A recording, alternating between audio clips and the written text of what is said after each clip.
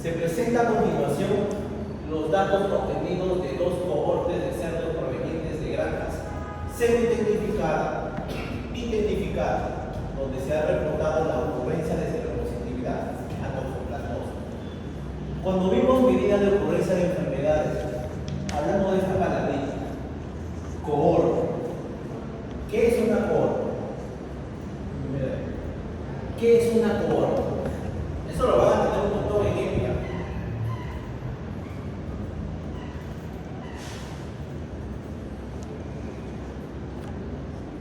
Porque eso le da una idea de qué tipo de estudio es este.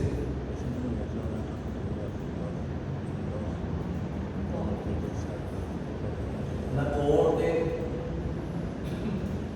Ya tiene que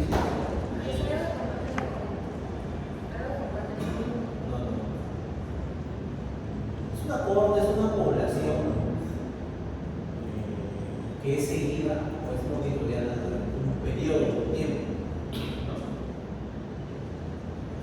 Entonces tienen dos cohortes de animales, quiere decir que tienen dos cohortes de cerdos de granja semi-tecnificada y tecnificada, que fueron seguidos por un periodo de tiempo. ¿De cuándo? De enero a diciembre del 2010.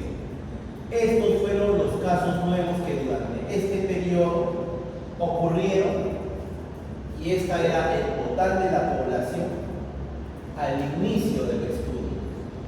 No me indican que ningún animal murió durante el seguimiento ni nada. Miren, ¿qué tengo acá? Tengo población en riesgo al inicio, ninguno murió, se siguieron por 12 meses. Tengo los casos. ¿Qué es lo que me están pidiendo? ¿En cuál de las dos granjas existe una mayor incidencia acumulada de seropositividad de toxoplasma? ¿Cuál sería la incidencia acumulada de toxoplasma en la granja semitecnificada? ¿A qué sería igual? 300. Semitecnificada. 250. 250 entre 250 entre 25.000. Entre 2.500. Eso es igual a. No, 25.000. Entre 25.000. Al 1%. 1%. ¿Qué quiere decir? Entonces es una proporción, con la incidencia acumulada es una proporción. Esto es igual al número de casos nuevos durante un periodo de seguimiento dividido entre el total de la población que estuvo en riesgo durante ese periodo. ¿Dice el doctor? 250 entre 25.000 es igual a 1%. En la granja tecnificada, ¿qué fue igual? Serían 300 entre 25.000 igual 0.012. No. 300 entre 0.6%. O puede ser igual a qué? A 6 por 1000. Sí, 0.006. O podría también ser 6 por 1000. Por cada 1000 animales, 6 se enfermaron. Entonces es fácil, ¿no? ¿Cuál de los granjas tiene más alta incidencia de seropositividad de toxoplasmosis entonces? La granja de la crianza semitecnificada con una mayor incidencia acumulada. Si uno solamente veía los números absolutos, los casos nuevos, uno hubiera dicho la granja tecnificada. Y yo ya les dije que en epidemiología siempre es importante los denominadores. Eso es importante, las proporciones. No solamente mirar los números absolutos, sino lo que representan esos números de la población que estuvo en riesgo. Bastante fácil, ¿no? Yo les pregunto algo. Con estos datos, ustedes me podrían decir cuánto fue la cantidad de animal meses en seguimiento de la granja semitecnificada también. Animal meses. Yo les pedí si es acumular, pero podrían calcular también la cantidad de animal meses ahí. Sí, porque son 10. ¿Tiene la cantidad de meses en seguimiento o no? Sí.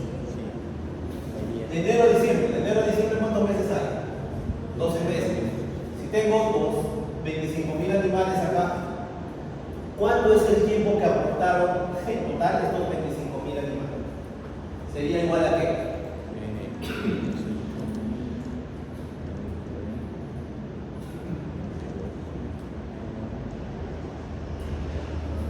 25.000 por 12, ¿no? Serían 300.000 animales meses. Claro, o sea, quiere decir que por cada mes, ese sería el tiempo que habrían contribuido esos animales en riesgo. Si quisiera calcular la tasa de incidencia, porque recuerda que para la tasa de incidencia necesito la unidad de animales tiempo en riesgo. ¿Ya? También tienen cuidado con esto. Acá tenemos otra pregunta, dice. Esto luego lo voy a subir, ¿ya? Pero vayan viendo porque si va a venir el examen, chicos. Se tiene un total de 50 Hz de laboratorio. Unos ratoncitos, pero si no tantos. Mantenidos en un centro de investigación biomédica. Tenemos 50 Hz, de los cuales 25 desarrollaron colesteatomas auditivos a los 2 años de edad. Calculen la tasa de incidencia.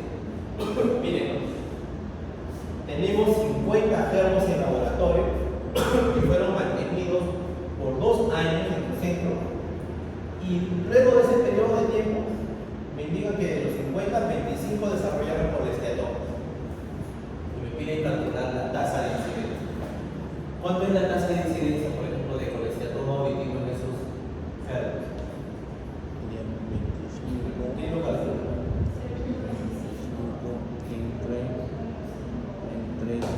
Ya, vamos por partes. ¿Cuál es el numerador? 25 casos nuevos, porque me dicen desarrollar. O sea, al inicio no tenían incidencias, casos nuevos. Como dice su compañera, 25. ¿Cuál es el denominador? Para tasa de incidencia necesito animales tiempo.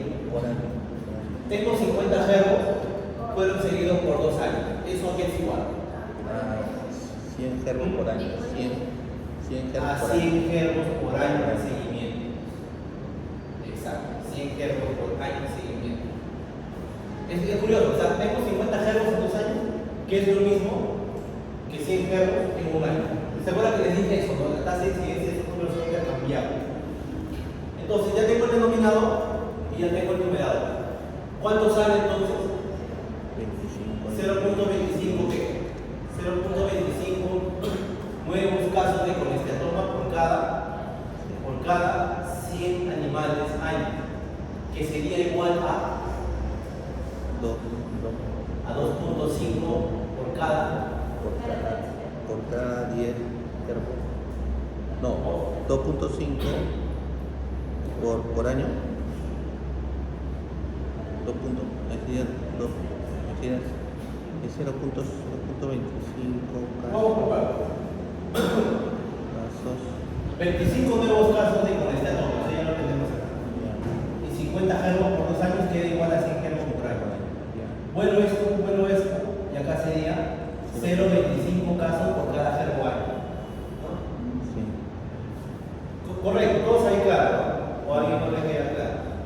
Díganme, chicos, porque la ahorita es para que aprendan, para que lo tengan claro. Ya. En el ejemplo, para cuando calcules tasa de incidencia, tienes que reconocer que te están pidiendo una incidencia. Un total de 50 germos que luego de 2 años desarrollaron colesteatoma. Caso nuevo, incidencia. No es que ya llegaron con la enfermedad. A los 2 años de edad. Calcule tasa de incidencia.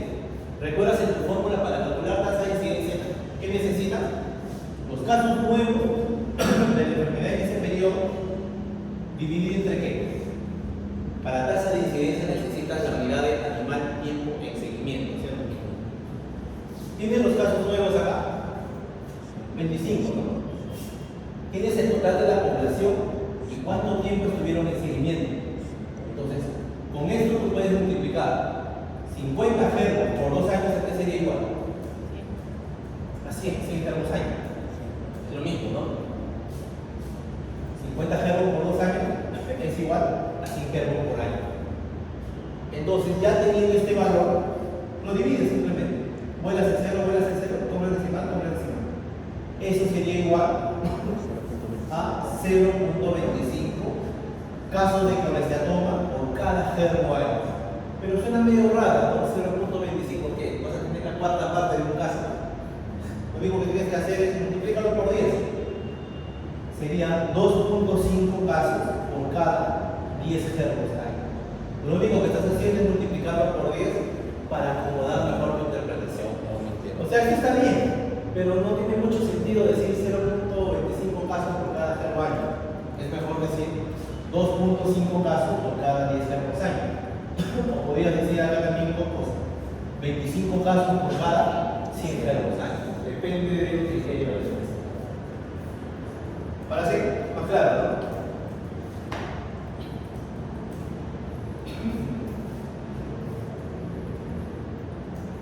¿Y cuál sería la incidencia acumulada de clorestiatoma?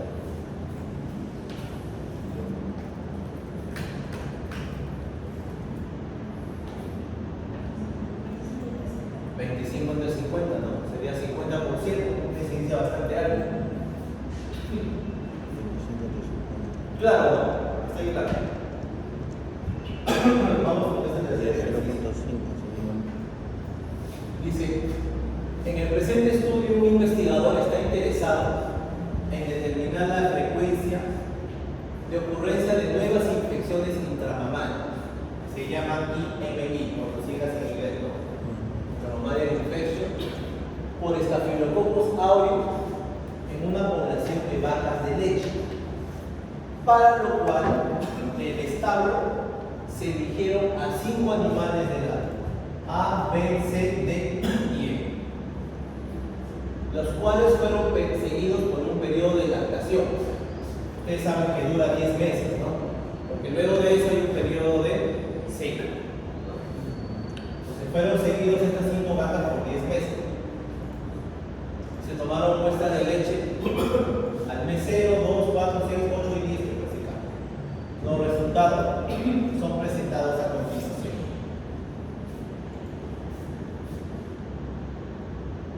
Donde X indica la presencia de un cultivo positivo estafilococo. X con cuadradito indica un cultivo positivo que representa un nuevo caso de IMI. 0 indica que nunca hubo un cultivo positivo. Esta raya indica una vaca removida del estudio. Y PR indica la población en riesgo. ¿Qué quiere decir? Que en esta tablita son los animales seleccionados.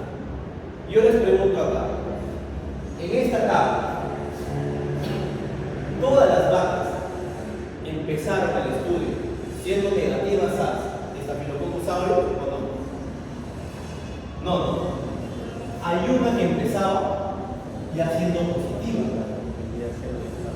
Que luego se volvió negativa y luego acá recién hizo otro IMI, ¿no? Pero era en realidad había empezado positiva. Acá tenemos los meses en riesgo, ¿no? Solamente para los primeros casos, que es lo que nos interesa, y esto es para todos los casos. ¿No? ¿Por qué? Porque las infecciones intramamarias pueden ocurrir repetidamente. Es como los episodios de diarrea en los niños, ¿no? O sea, durante un periodo de seguimiento, no es que un niño tiene un episodio de diarrea, puede tener varias veces. A veces se cuenta la incidencia de casos también que se repiten. ¿No? Entonces, ¿qué es lo que nos pide este ejercicio? ¿Cuál fue la incidencia acumulada de infección intramamaria nueva durante los 2 primeros meses? ¿Cuál fue la incidencia acumulada de infección intramamaria durante los 2 primeros meses? ¿Quién me dice? ¿Cuánto es? Durante los 2 primeros meses, ¿cuánto es la incidencia acumulada de infección intramamaria nueva? Infección intramamaria nueva, aquí. ¿Qué sería igual? ¿Cuál sería el numerador? ¿El numerador sería 1 o 2? 1. Recuerda que IMI es solamente la X dentro del cuadradito. Esto es un animal que ya tenía. Claro, no. Entonces, en el numerador, ¿qué sería? 1. Durante todos los meses tenemos un caso nuevo. Si me dijera la prevalencia, ahí sí te lo compro. O sea, si en 2 meses, ¿cuánto fue la prevalencia de IMI? Ahí sí yo diría 2 entre 5. Pero si quiero ver la incidencia acumulada de IMI los 2 primeros meses, ¿a qué sería igual? A 1 entre 4 o entre 5. Entre 5 ya. Ustedes dicen 4, ustedes dicen 5. Exacto. Es 4. Porque ¿qué es la incidencia acumulada?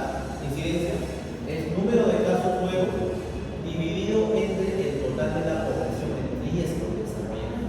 Este animal estaba en riesgo, no porque ya empezaba, ya no era susceptible, porque ya le había dado.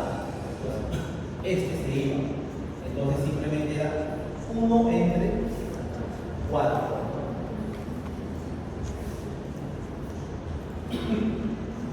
La primera es 1 entre 4. La siguiente dice, ¿cuál fue la tasa de incidencia considerando únicamente los primeros casos de IMI? ¿Cuál fue la tasa de incidencia considerando únicamente los primeros casos de IMI?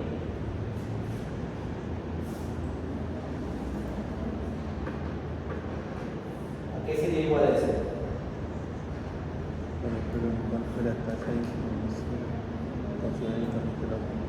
Solo los primeros casos de IMI. Bien, nosotros vamos a ir.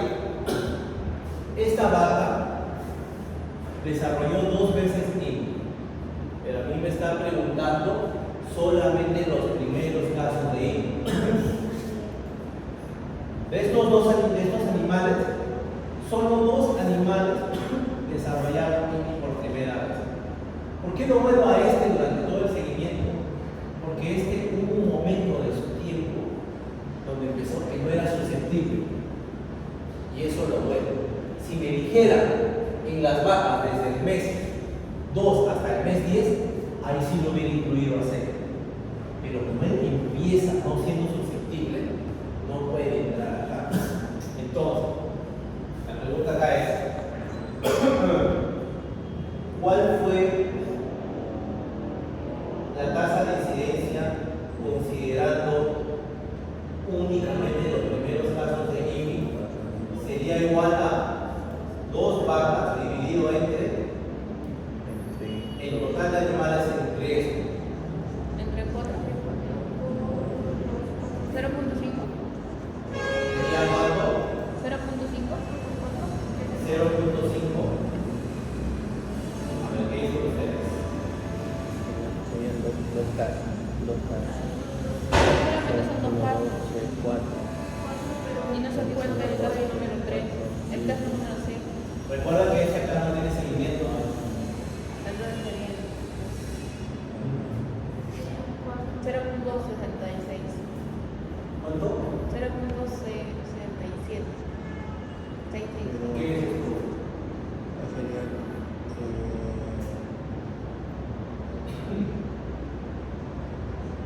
¿Qué dices tú? hay dos casos, ¿no?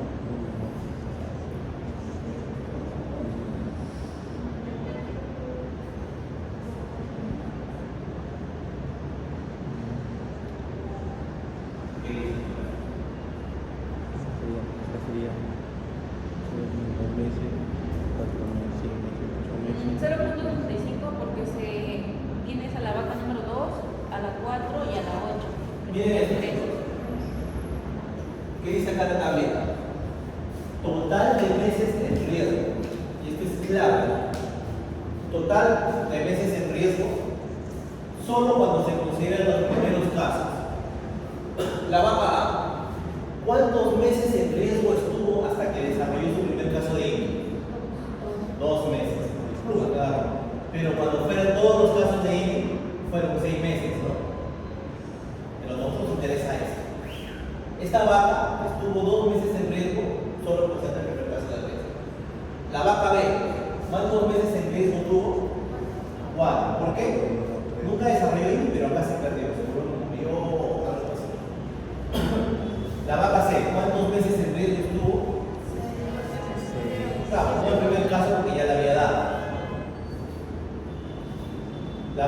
¿cuántos meses en menos?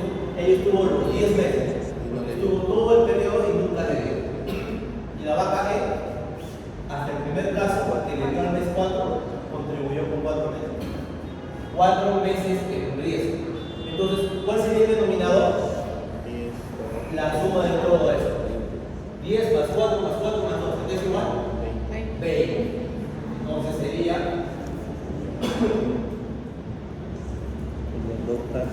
dos casos nuevos de INI entre 20 vacas mes. Eso es igual a 0.1 caso por vaca mes, o que sería igual un caso por cada 10 vacas mes. Es bien importante que para tasa de incidencia consideren el tiempo de seguimiento. Eso es clave. ¿Ya? Y por otro lado, al final me preguntan cuál es la prevalencia de IMI durante el mes de secado, es decir, el mes 10. ¿Cuál sería la prevalencia de IMI durante el mes 10? ¿Qué es prevalencia?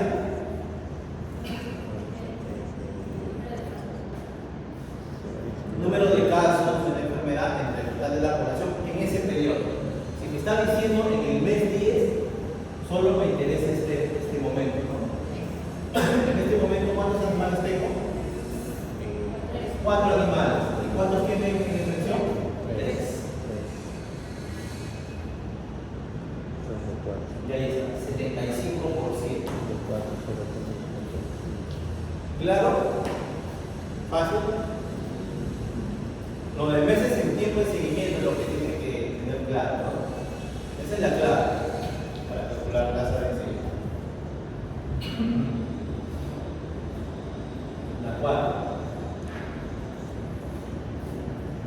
Durante un brote de parvovirosis canina en un albergue de la zona sur de Lima, se tienen los siguientes datos obtenidos durante el estudio transversal realizado. ¿Qué es un estudio transversal? Creo que no vamos a clasificar. ¿Cuál es el estudio transversal? Un estudio transversal es un estudio donde en un mismo momento se muestrean a los animales o a las personas y se toma la información. O sea, no tiene seguimiento. O sea, en un estudio transversal yo que puedo calcular incidencia o prevalencia. Un estudio transversal es un momento. Ahorita, por ejemplo, hoy día quiero ver qué es lo que ha comido ahorita. O si alguno de ustedes es positivo anticuerpos contra COVID. Pero ¿qué pasaría si yo les hago un seguimiento por 6 meses? Cada 2 semanas les saco su muestra de antígeno. Eso ya es un seguimiento. Ahí sí podría haber en ese periodo de tiempo incidencia de episodios de COVID. En cambio, un estudio transversal es donde ahorita en el mismo momento solo quiero saber cuántos son positivos. No me interesa nada. Ese es un estudio transversal. Entonces, en un estudio transversal, ¿yo qué puedo calcular? Prevalencia. Ahí le están diciendo, ¿no? Si es un estudio transversal, en un albergue. La cantidad del albergue, 180 perros. ¿Cuántos perros se diagnosticaron con parvovirus? 50. ¿Cuál fue la cantidad de perros que murieron debido a la enfermedad? 15. Entonces, ¿cuál es la prevalencia de parvovirosis en ese estudio? ¿A qué sería igual la prevalencia de parvovirosis? 50 entre. ¿A qué es igual eso?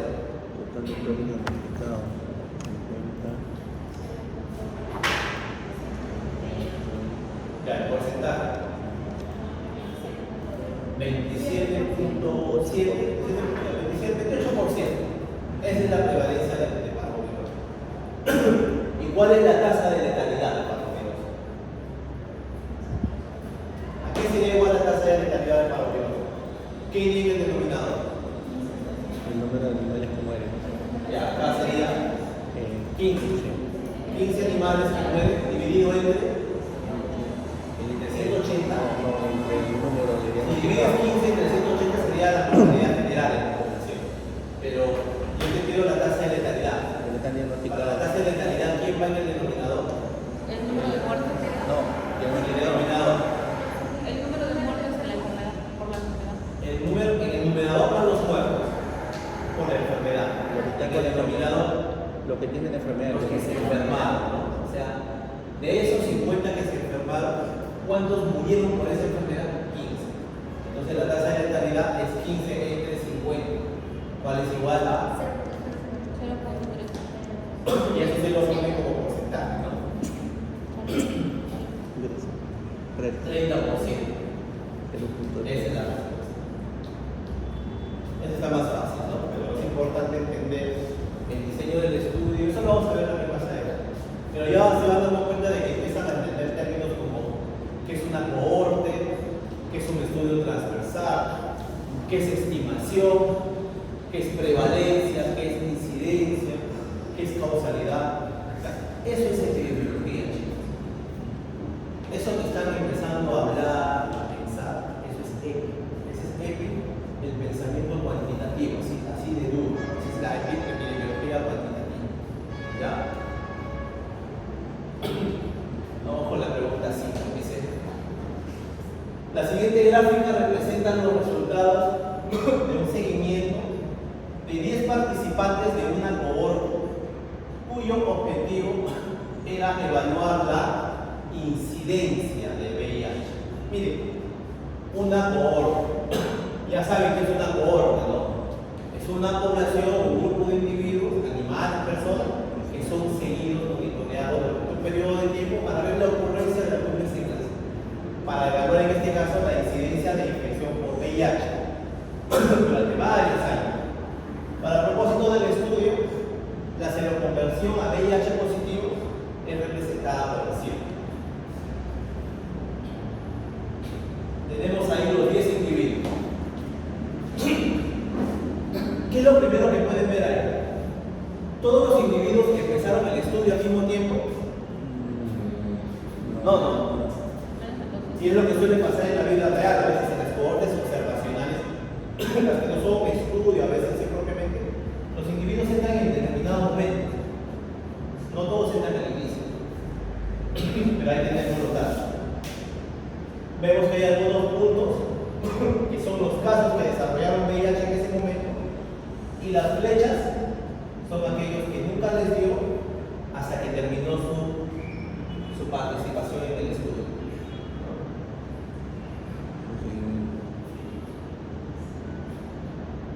Entonces lo que se quiere acá es calcular la tasa de seroconversión a VIH expresado por cada persona, expresado por cada 1000 personas año.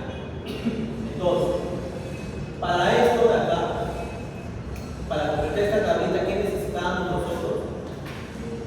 Primero saber cuál es el número de casos. Miren, sabemos de que en total durante el estudio, ¿cuántos casos tuvieron de VIH? 5 casos. 5 circulitos. 1, 2, 3, 4 y 5. Los otros 6 nunca les dio. Pero cada persona tuvo un tiempo en seguimiento diferente, porque él por ejemplo estuvo desde el 84 hasta el 91, me imagino, ¿no? La persona 3, por ejemplo, desde el 84 hasta el 91. ¿Cuántos años estuvo él? 7 años en riesgo hasta que le dio. Y así tienen que completar esa tabla. La primera persona, por ejemplo. La primera persona, la persona número 1, estuvo todo el estudio desde el año 84 hasta el año 2005 y nunca le dio la enfermedad. ¿Cuántos años en seguimiento estuvo? ¿O cuántas personas año contribuyó él? Él contribuyó con 21 personas año en seguimiento. ¿Les queda claro, no? ¿Sí? ¿Todos? ¿Tú también, claro? Seguramente. Esta primera persona empezó en el 84 y acabó en 2005, y nunca le dio la enfermedad. Entonces, estuvo 21 años en seguimiento y nunca le dio. Entonces, ¿con cuánta cantidad de personas tiempo contribuyó él? Él contribuyó con 21 personas año. O es lo mismo que él solito contribuyó 21 años. O sea, es lo mismo. Él contribuyó con 21 años o es lo mismo que él contribuyó con 21 personas año.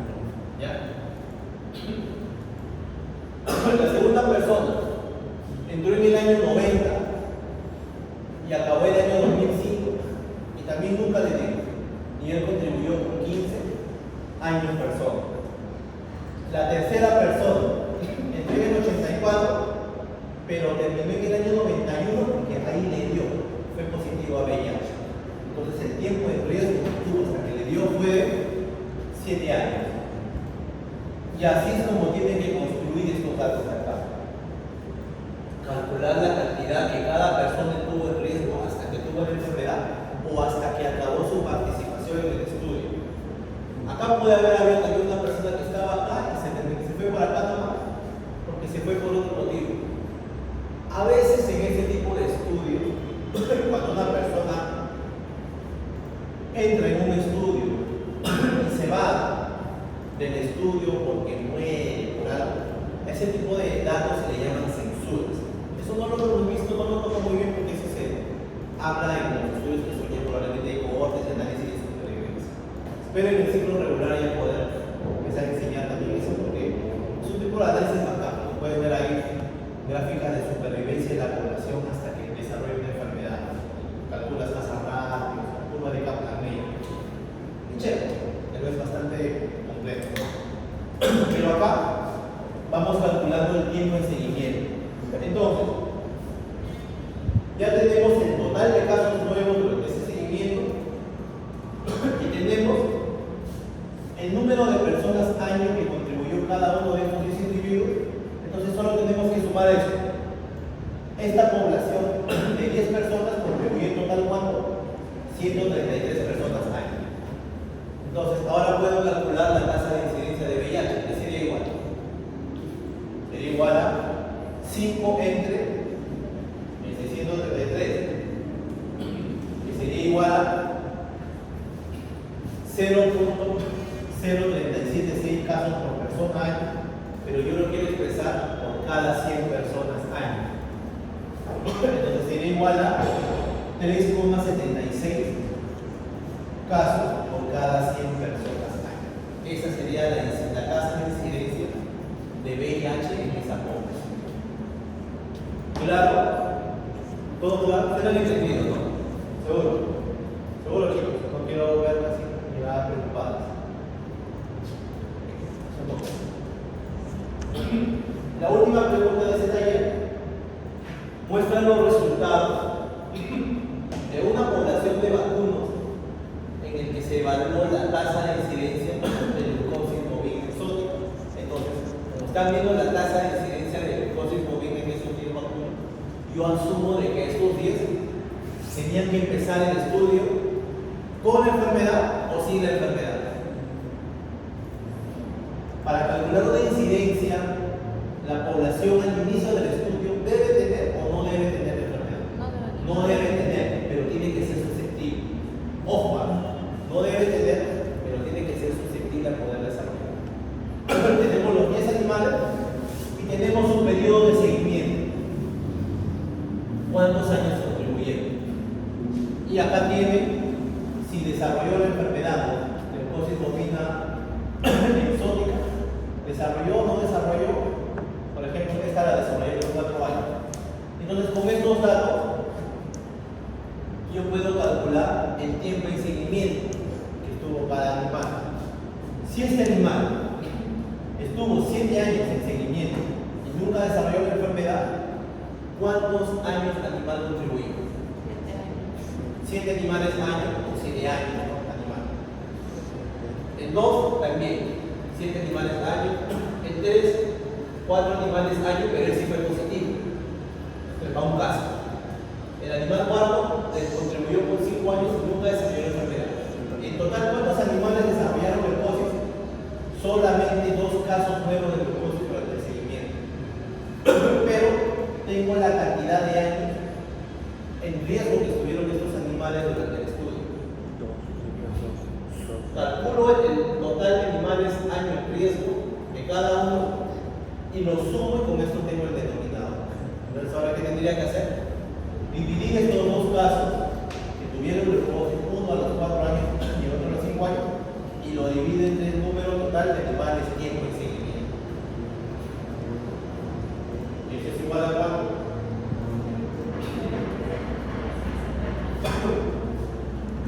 0.034 casos por animal año, o, como les dije, 3.4 casos de neurosis bovina por cada 100 animales año. O 34 por No. animal.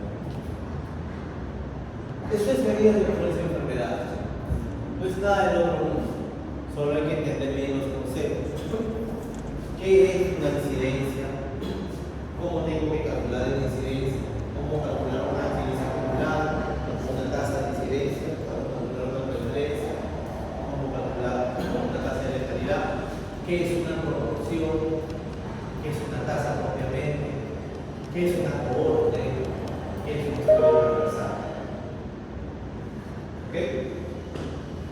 ¿Todo claro? ¿Alguna duda? ¿Algo que se ha quedado para empezar a la batalla? Dígame. ¿Seguro? Más de los 20 todos. En el examen las fórmulas tenemos que aprenderlas nosotros. No debería dar. Voy a darle las fórmulas solo por esta vez. Ya, pero no asuman de que siempre lo hacen. O sea, deberían ustedes manejar. Y haciendo Claro, pero una práctica. ¿ya? Así va a venir el examen. Entonces, lean bien los enunciados. ¿Ya? Lean bien lo que se les pida. ¿Tienen alguna duda? Todo claro. Pasamos al siguiente taller. Entonces ya acabamos este taller de medidas de progresión enfermera. Ahora vamos a pasar al taller de cálculo del tamaño de muestra para poder ver este. ¿Todo bien? Todo claro.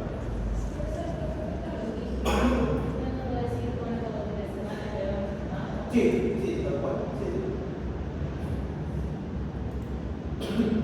Aquí está la fórmula también para calcular el tamaño de muestra. Para la estimación de una media y una proporción de población infinita, la corrección cuando sabemos el tamaño de la población, y para la detección o descarte de una enfermedad. A ver, dice. La primera pregunta. Para el cálculo del tamaño de muestra se tienen que leer bien el enunciado. Y he visto que hay chicos que por leerlo rápido, prematuro, interpretan mal, sacan mal el valor. Leanlo, van a tener un bien, no deberían tener problemas para resolver el examen en 5 minutos. Un investigador desea estimar la prevalencia de anemia en una población de niños menores de 5 años de edad en su localidad. ¿Cuántos niños deben ser incluidos en la muestra para determinar dicha la prevalencia de anemia? Se sabe además por estudios previos en otras zonas rurales del Perú que la prevalencia de anemia es de 25% y la precisión del estudio debe ser de 4%. El total de la población de niños menores de 5 años es de 1000. Ya. Con esos enunciados, me están pidiendo el tamaño de muestra para estimar qué cosa, una media o una proporción. ¿Qué es una prevalencia? Prevalencia es una proporción. Una proporción. Entonces me están pidiendo el cálculo del tamaño de muestra para estimación de una proporción. ¿Para poblaciones finitas o infinitas? Finitas. ¿Por qué? Porque sí me están dando el tamaño total de la población de la cual tengo que sacar mi muestra. Me están dando la prevalencia esperada.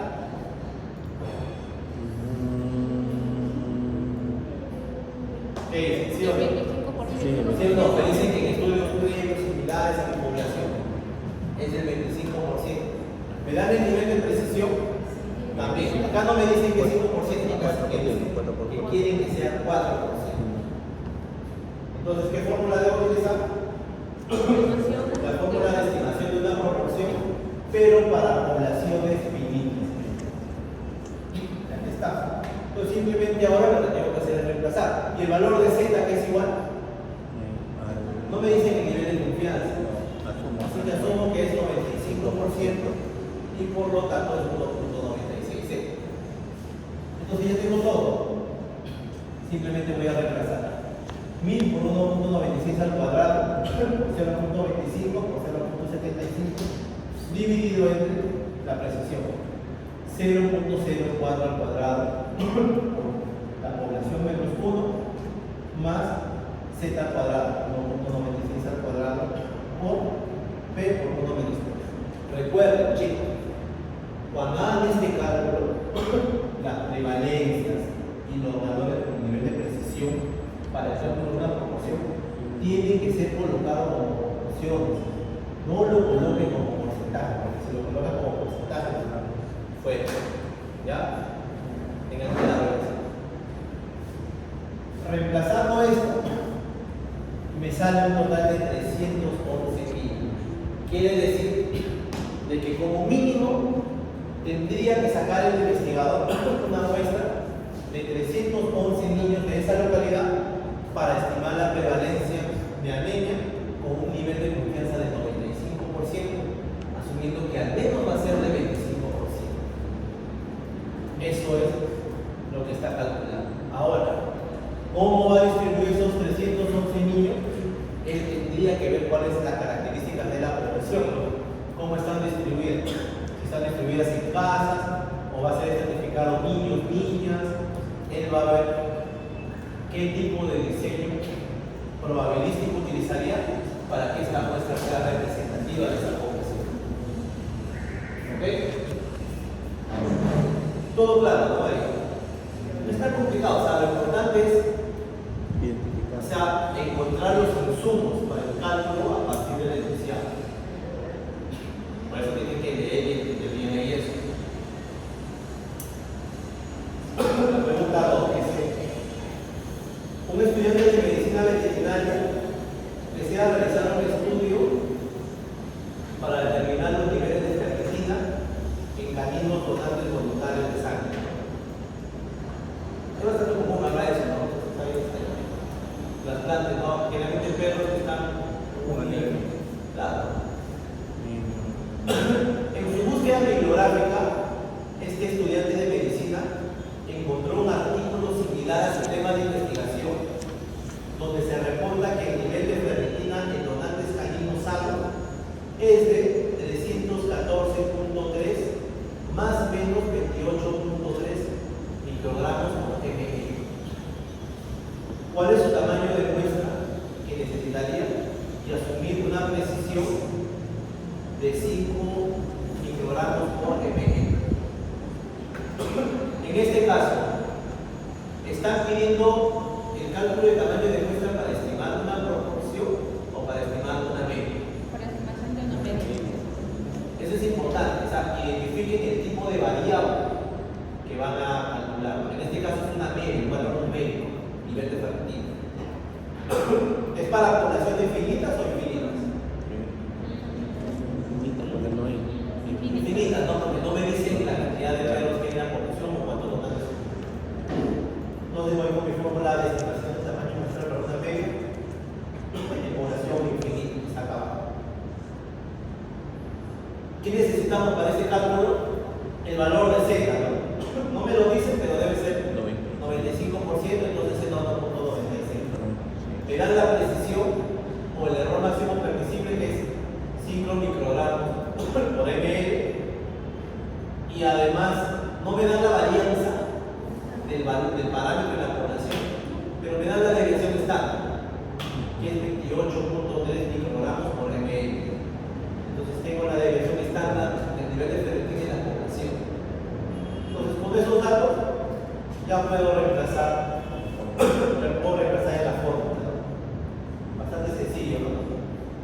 1.96 al cuadrado por 28.3 entre 5. Ojo, no se confundan acá. Cuando hacemos la estimación para un promedio, el nivel de precisión sí es la unidad de medida.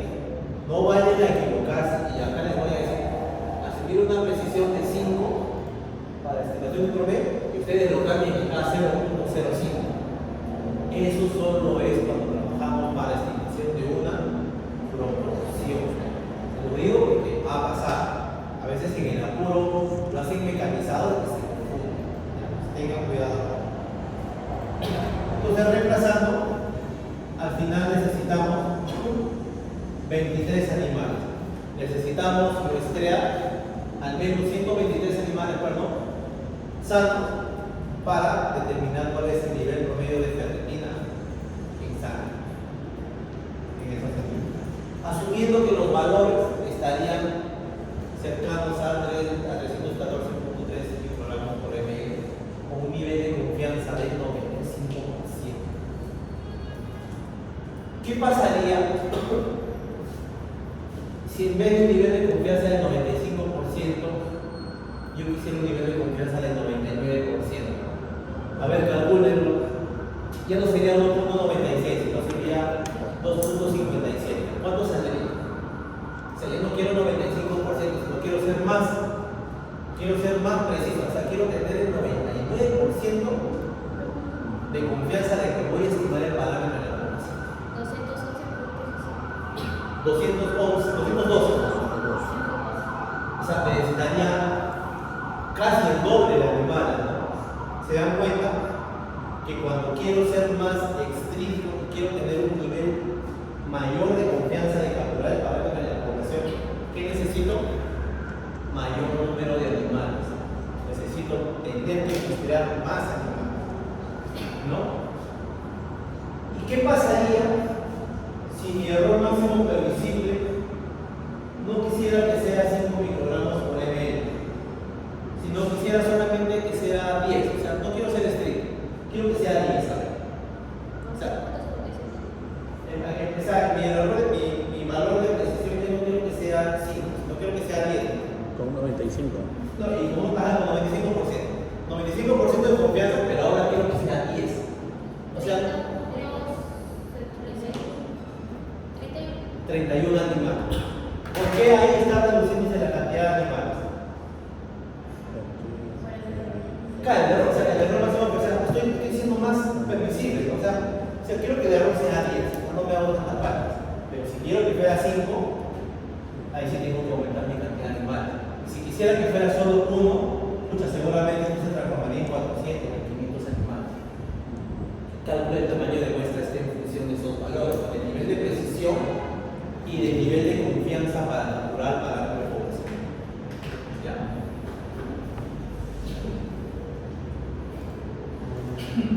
A ver. Dice acá, un investigador encargado de un programa de control y eliminación de fibra ósea en una comunidad requiere estimar el tamaño de muestra mínimo para poder confirmar la presencia de positividad a la enfermedad en dicha comunidad. Lean bien el enunciado. Confirmar presencia o ausencia. Confirmar, quiere decir que Si la enfermedad está presente, esta podría estar hasta en un 5% de animales en la comunidad. Además, el tamaño de la población en la comunidad es de 5.000 animales. ¿Cuántos vacunos necesitarían muestrar si se desea estimar la presencia de aftosa con un nivel de confianza del 95%? ¿Qué fórmula tendré que utilizar ahí? ¿Fórmula para estimar una prevalencia? ¿Fórmula para estimar un promedio? ¿O fórmula para confirmar la presencia o ausencia de una enfermedad? presencia, ausencia. Presencia o ausencia, ¿no? ¿En población finita o en población infinita? Finita. Finita, porque me dicen hay 5.000 animales. Y la pregunta es totalmente diferente. No quiero saber cuál es la prevalencia, ni que sé cuánto está, ni cuánto no. Quiero saber si hay o no. Tomando como referencia, si es que hubiese cuántos animales estarían infectados. Eso debe ser bajo. Entonces, ¿qué necesitamos para esta fórmula? Esta es esta fórmula de acá. Necesitamos primero el número de población, ya lo tenemos. Necesitamos A. ¿Qué es A? O el nivel de significancia. Es 1 menos el nivel de confianza. Si me está diciendo un nivel de confianza del 95%, entonces A sería 1 menos 0.95. No vayan a poner 1 menos 95A o 1 menos 0.05. Es 1 menos 95. igual a 0.05. Por otro lado, necesitamos el número mínimo de animales enfermos si la enfermedad estuviera presente. ¿Eso cómo lo calculo? El total de la población por el nivel de infección si es que la enfermedad estuviera presente. O sea, sería 5.000 por 0.05, que sería el nivel de presencia de la enfermedad, si es que está. Y eso me sale 250. Entonces ahora lo único que tengo que hacer es reemplazar esto en mi forma. Como vi con sus compañeras, este dato de acá es mejor que lo ponga como el decimal que sale. 1 entre 250.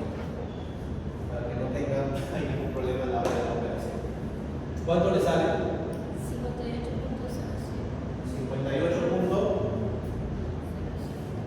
58 animales. Reemplazando esto,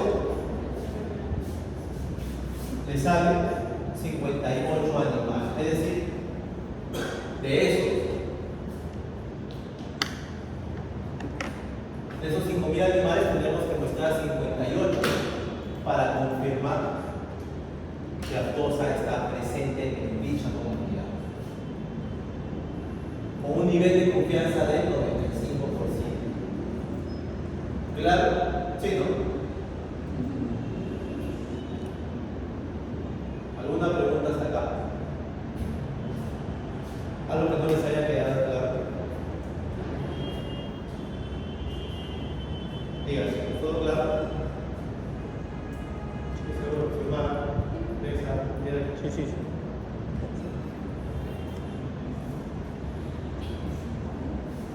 A ver, la pregunta 4 dice: en una comunidad alpaquera del distrito de Canchis, Cusco, se desea estimar la prevalencia de toxoplasmosis quística en la población de animales que son enviados a Camal. ¿Quién es esto en Camal? Para ello, los estudios previos indican que la enfermedad puede estar presente en los animales. O sea, me están diciendo que se sabe que la toxoplasmosis está en los animales, aunque es baja, pero ya no se está diciendo que existe, o sea, conoce que existe. Entonces, estiman una prevalencia, una proporción. Por ahí va la cosa. Pero dice que los niveles de prevalencia suelen ser tan bajos como 8%. En base a ello, ¿cuál sería el tamaño de muestra mínimo requerido para realizar el estudio? Asumimos que no se conoce exactamente la población de animales que acuden a Camal, ya que usted es variable protectoral, ¿no? ¿Qué nos están pidiendo entonces en este estudio? Estimar una proporción. Tamaño de muestra para estimar una proporción, para estimar la prevalencia de toxoplasmosis en alpacas que van a Camal. Alpacas, ¿sabes? Sí, alpaqueras. ¿Qué necesitamos para calcular un tamaño de muestra por una proporción? La proporción esperada, ¿no? ¿Cuánto nos dice que la prevalencia esperada? ¿Cuánto sería? 8%. Ojo, una prevalencia bajita. Cuando es una prevalencia baja, en ninguna parte, si ustedes se dan cuenta, nos dicen cuál es el nivel de precisión. No nos están diciendo el nivel de precisión. Pero ya sabemos que la prevalencia es baja. Vamos a tener que jugar con el nivel de error máximo permisible, porque esta prevalencia del intervalo de confianza estaría bien cerca a cero. Si no corregimos eso, podríamos tener un error de un intervalo de confianza aberrante que captura cero. Yo he visto en papers eso, ¿sabes? He visto en papers, obviamente en revistas pues de cualquier cosa, sin muchos filtros realmente, donde ponen en su tabla así, dice la prevalencia fue de 40% y se distribuyó por comunidad. Y tiene una comunidad, por ejemplo, donde salió 2%, intervalo de confianza menos 5 a 15. O sea, no puede haber un intervalo de confianza, no se ve bien. Hay que corregir eso.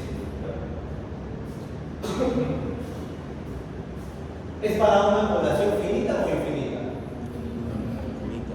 Infinita, ¿no? Porque capaz no se sabe pues, cuántos animales, no tienes un número exacto. Entonces creo que podemos calcular el tamaño de muestra. Nivel de confianza no me lo dicen, así que asumimos 95%, entonces Z 1.95. La prevalencia esperada 8%. Complemento.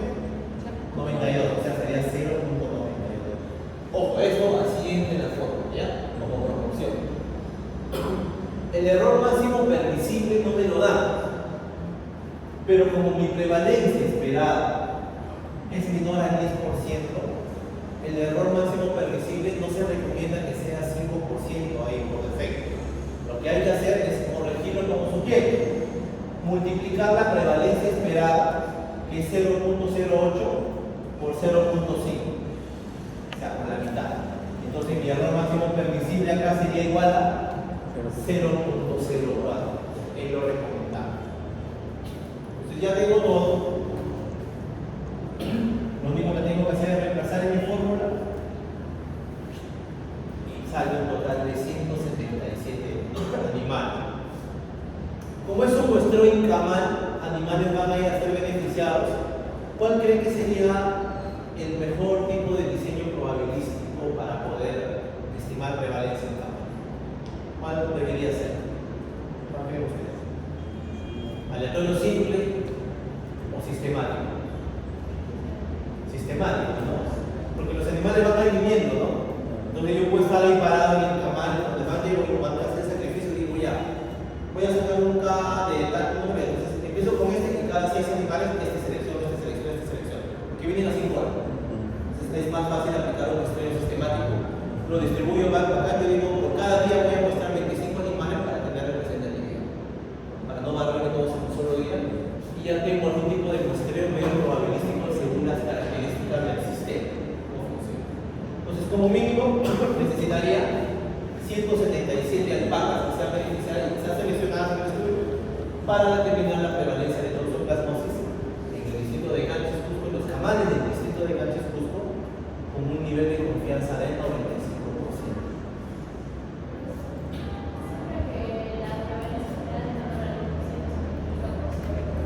Sí, porque es lo recomendable. Date cuenta, bien. Perdón, que te corte.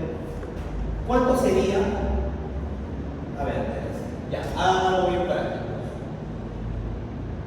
¿Cuánto sería el tamaño de muestra, por ejemplo, si la prevalencia fuera de 3%? Pueden reemplazarlo.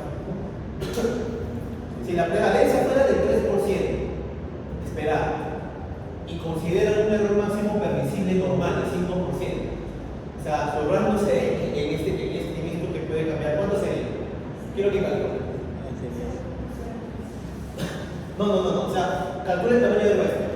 Calcula el tamaño de muestra en ese estudio, ahora asumiendo que la prevalencia esperada es de 3%, o sea, acá sería 0.03, 0.97, y quiero que utilices un error máximo permisible de 0.05, o sea, como si fuera una prevalencia. ¿Cuánto le saldría?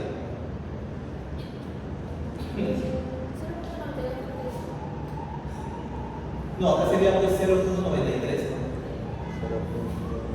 0.03. Acá sería 42 animalitos. 42 animales probablemente.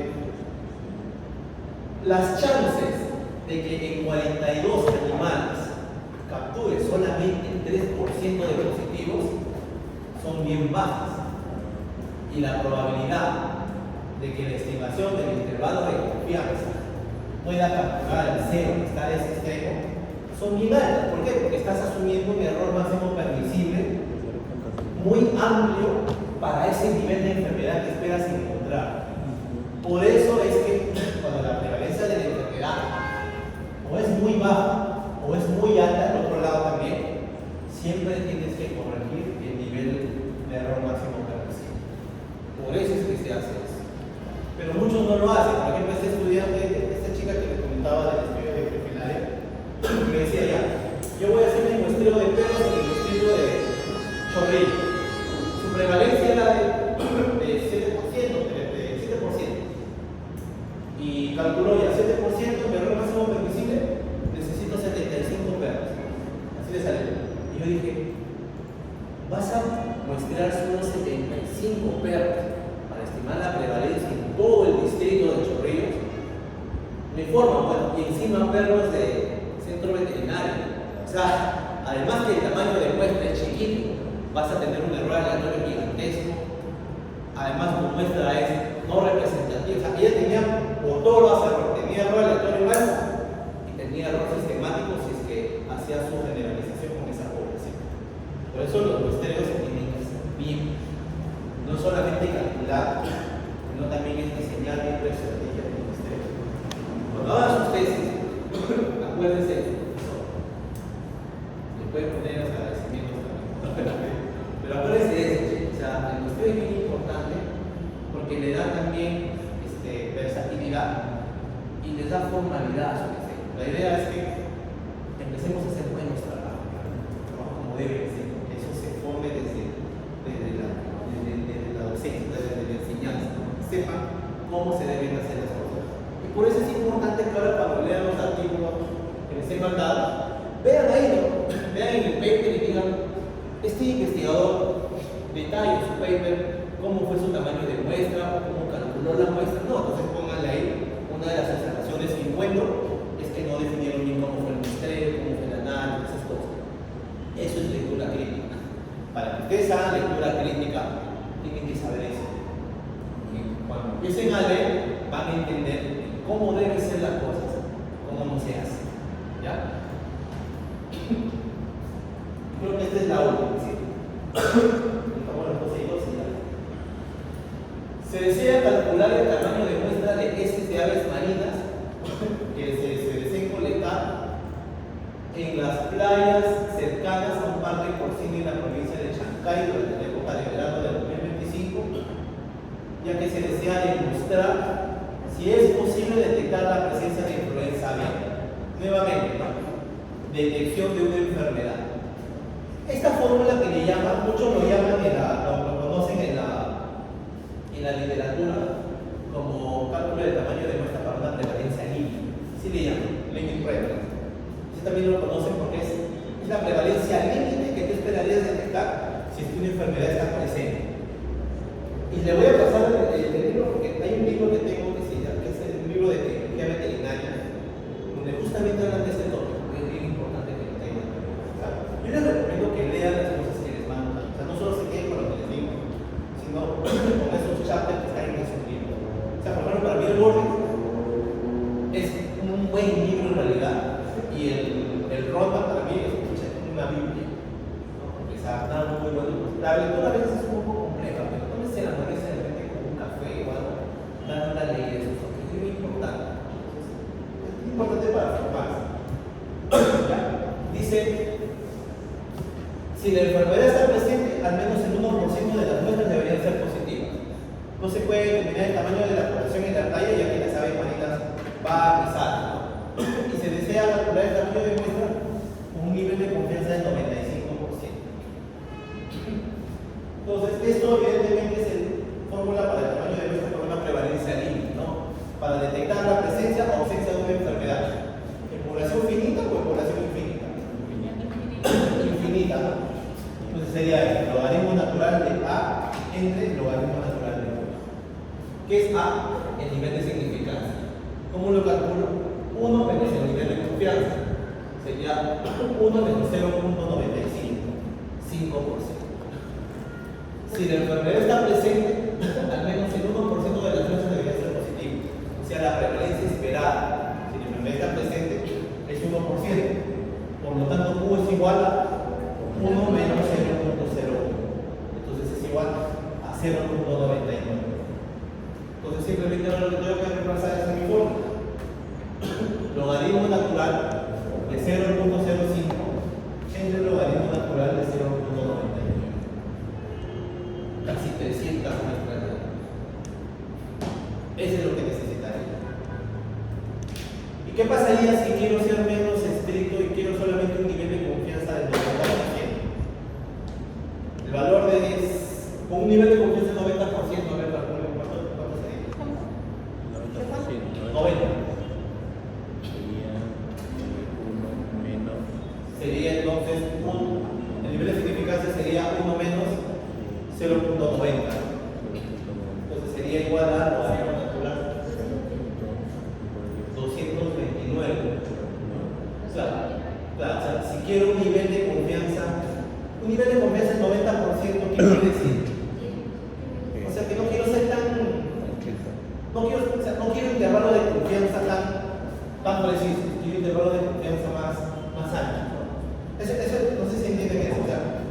95% es así.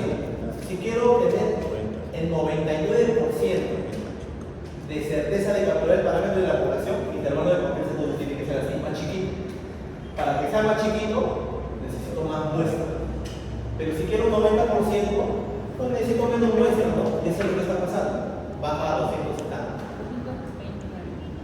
Entonces, intervalo de confianza, ese es el tópico que si no lo dicto, asumo que lo han llevado en su curso de estadística, deberían leerlo, deberían ver la importancia del intervalo de confianza. ¿No? Tienen regla de estimación. Siempre que hablamos de que en biología, hablamos aquí siempre del intervalo de confianza. Que nosotros trabajamos con una muestra, pero al final utilizamos los datos de esa muestra para extrapolar los resultados a la población. Y tenemos que acompañarlo con sus niveles de confianza o incertidumbre. ¿Ok? Listo, chicos, estos eran los dos talleres de hoy. Estos dos talleres, o sea, la información de estos dos talleres con el taller pasado, básicamente lo que va a hacer es exacto. Van a hacer 5 preguntas, 1 hora y media de duración. Voy a mandar el anuncio que había sacado. Calculadora solamente, nada de celular como calculadora. Solamente es un lapicero. Pueden escribir en lápiz todo, pero la respuesta es en lapicero, azul o negro. Básicamente eso, ¿sabes? ¿Ah? Solo ejercicio. Solo ejercicio. El miércoles tenemos clase normal ya de la siguiente unidad que va a entrar en el parcial. sí, y el lunes tenemos el pasito que lo voy a colgar hasta las 9 de la noche. El lunes me dirá paso teórico de qué cosa, ¿no? Hemos visto causalidad, de epidemiología, todo lo que hemos visto. Dame una chequeada a eso. ¿Ya? Listo, chicos. ¿Alguna duda?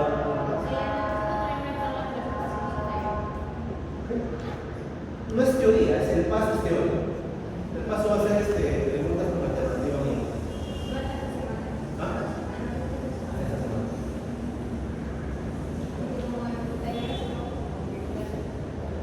Conversamos porque somos de lo que viene leyendo. O sea, como para hacer una tormenta de ideas. O sea, hemos hablado, por ejemplo, cosas que como usted quiere, la idea es eso. O sea, yo particularmente soy de la idea de que las clases deberían poner a la presencialidad. Porque para mí la presencialidad es donde realmente uno explora todas las capacidades, tanto del profe como del docente.